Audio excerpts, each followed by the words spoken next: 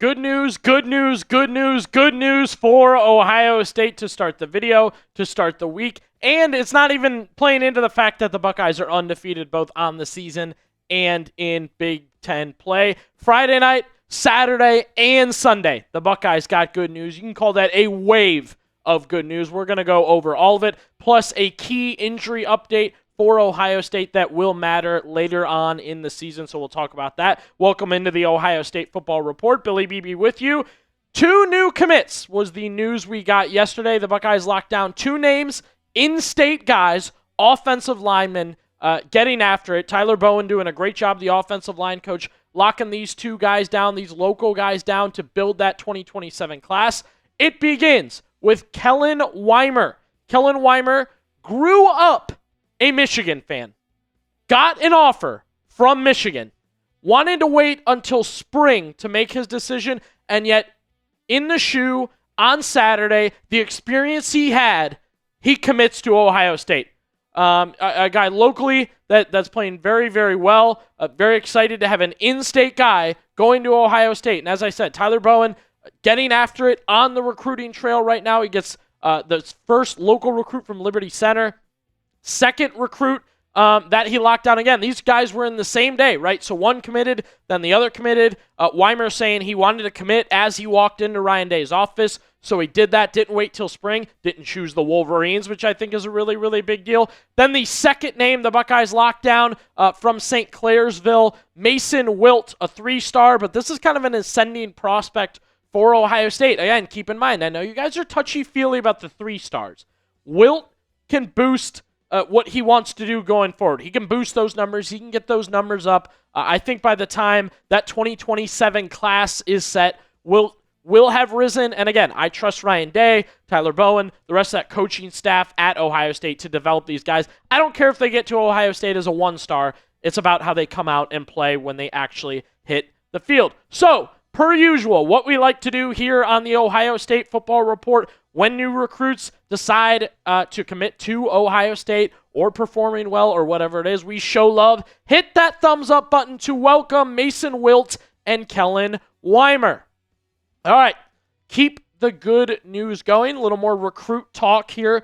I've made this point before. I will continue to hit on it. The way the Buckeyes are playing right now, the way the transfer portal is, commits could play next year when they get here. Don't care if they're a freshman, sophomore, junior, senior, super senior, redshirt this.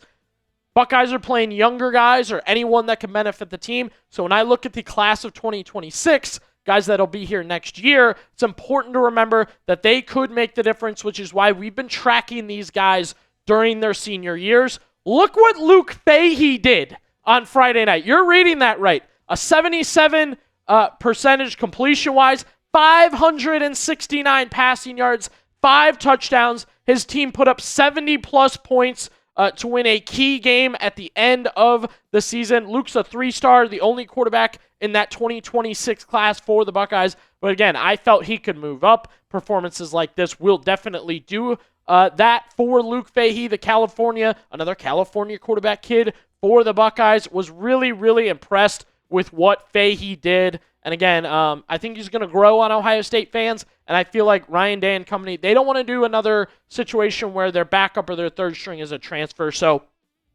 Fahey is a guy to watch.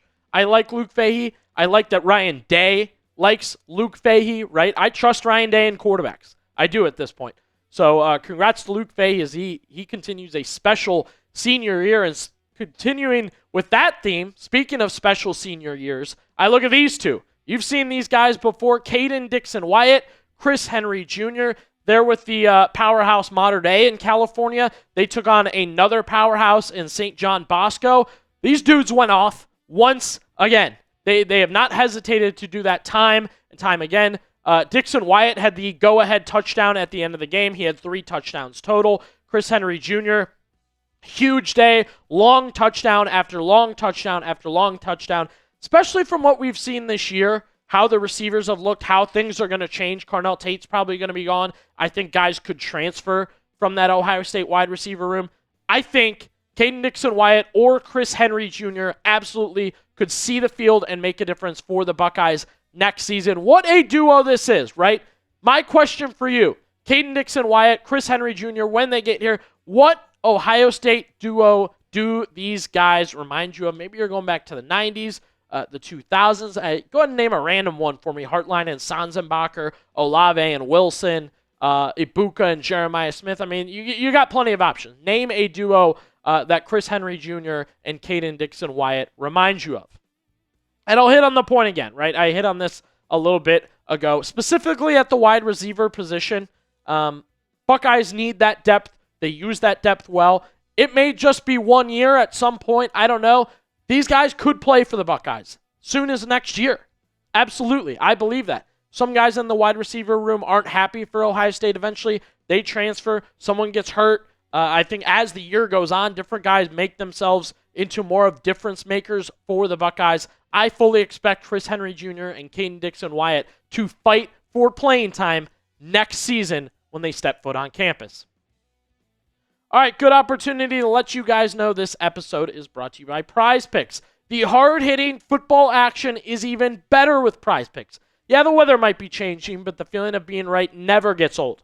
So keep the season rolling on Prize Picks by getting $50 instantly in lineups when you play your first $5. Prize Picks is the best way to win cash this football season. Which players are going off? Which ones are overhyped? Make your picks in less than 60 seconds and turn your takes into cash all season long on Prize Picks. If you haven't tried it, good opportunity here. The power play with Dak Prescott and Jacoby Brissett. Let's have some fun and let's go more on the Prescott passing yards, 68.5, and more on Jacoby Brissett's passing plus rushing. You guys know I love the passing and rushing and receiving. When they pair those, I'm into it. Give it a go with the more and more on that one. Key with Prize Picks that you always want to remember, how you play is up to you. So if you want flexibility, choose Flex Play, where you can get paid even if one of your picks misses. And if you want the biggest payouts, you go for the Power Play. No matter how you play, Prize Picks, great way to put your takes to the test. Download the app today. Use code CLNS to get $50 in lineups after you play your first $5 lineup. That's code CLNS to get $50 in lineups after you play your first $5 lineup. Prize Picks, it's good to be right. All right, we talked about Sunday. We talked about Friday. I want to talk a little bit about Saturday. Kevin Brown was a name we floated to you guys a couple times. He's a Penn State commit right now, but he has been more than vocal that either Ohio State or West Virginia is somebody that could get him. First, he said he wanted to visit those places. He did visit Ohio State on Saturday. What a game to be there for, Ohio State and Penn State. And the words he gave after, I think, speak volumes about what he's thinking right now about the Buckeyes. Brown giving his post-game thoughts. They had everything for me. They treated me like a king. They're the best team in the nation for a reason. The facilities are top tier. Their coaching staff is beyond the best. The player development is unmatched. And again, these are high school kids giving these quotes, so I always try to, if they say they like this, that, or love this, or they're the best at this, I try not to take it, overly crazy. But I do think Kevin Brown will be a great fit to finish out and kind of conclude or towards the end of this 2026 class. One of the better players in Pennsylvania. Very, very good offensive lineman. Again, his stock going up.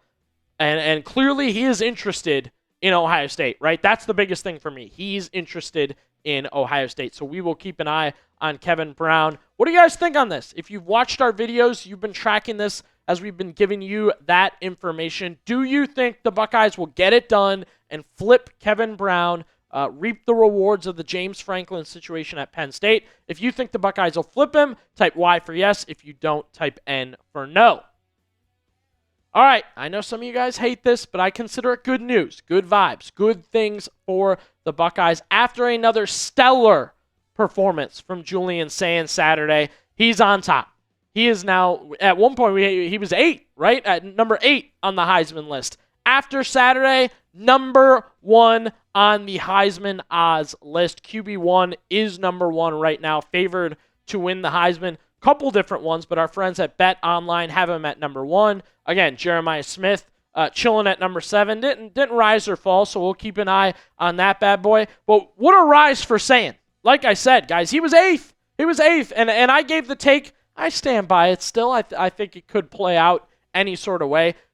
Smith would benefit from Sayin. Sayin would benefit from Smith. Now, I thought Smith would rise up because of that benefit. Looks like Sayin is the one that's risen, really because of the way Carnell Tate has also stepped into the picture and played well. I ride my take. I think Fernando Mendoza and the Hoosiers are frauds. That will come to light soon. Ty Simpson continues to go. I think he should be at 2, but I guess none of my business technically right there. And the rest of the list, unsurprising. Again, I do think it's impressive, Jeremiah Smith. There's only one other non-quarterback on that list. So Jeremiah Smith, good to see there. And again, Sayin's year for the Buckeyes, unbelievable. The completion percentage is always going to be like his bread and butter. The long ball's looking better. The touchdowns are adding up. The QBR gets better. It's only been 8 games, but Julian Sayin, how many times have I said this to you guys? He has done everything you've asked of him. He's passed every single test so far. More tests to come, of course. And if you think Julian Sayin, if he's your Heisman frontrunner, if you think he should win the Heisman, whatever your feeling is, positive-wise, go and throw a 10 in the comment section down below. We'll know exactly what that means. Now, for Ohio State fans, I do want to finish off here just with a little bit of information to note. Michigan had a key injury. I believe this actually was during the Michigan State game that Justice Haynes was injured. He'll have to get surgery on his foot, and he's looking at about 4 weeks to recover and get back. This is the strength of their offense if you watched our way too early Michigan preview. Justice Haynes has been a very good player. I considered him a Heisman candidate at different moments this season. I know our Michigan Football Report host, James Yoder, was battling for a Heisman campaign for Justice Haynes. Numbers are there. I just think with the losses, maybe the wow factor for Michigan has been lost a little bit. And now Haynes, of course, like I said, looks like he'll miss 4 weeks. Now, they say close to 4 weeks. So that could mean missing Ohio State game. That could mean just barely getting back for that game. Either way, if Haynes is out or if he's back fresh off foot surgery for the game, I think that's a very, very big deal. I think that's a difference maker for Ohio State and Michigan. And I remind you guys to hit that sub button. We will have our watch party for Ohio State and Michigan here on the channel, so be sure you don't miss it.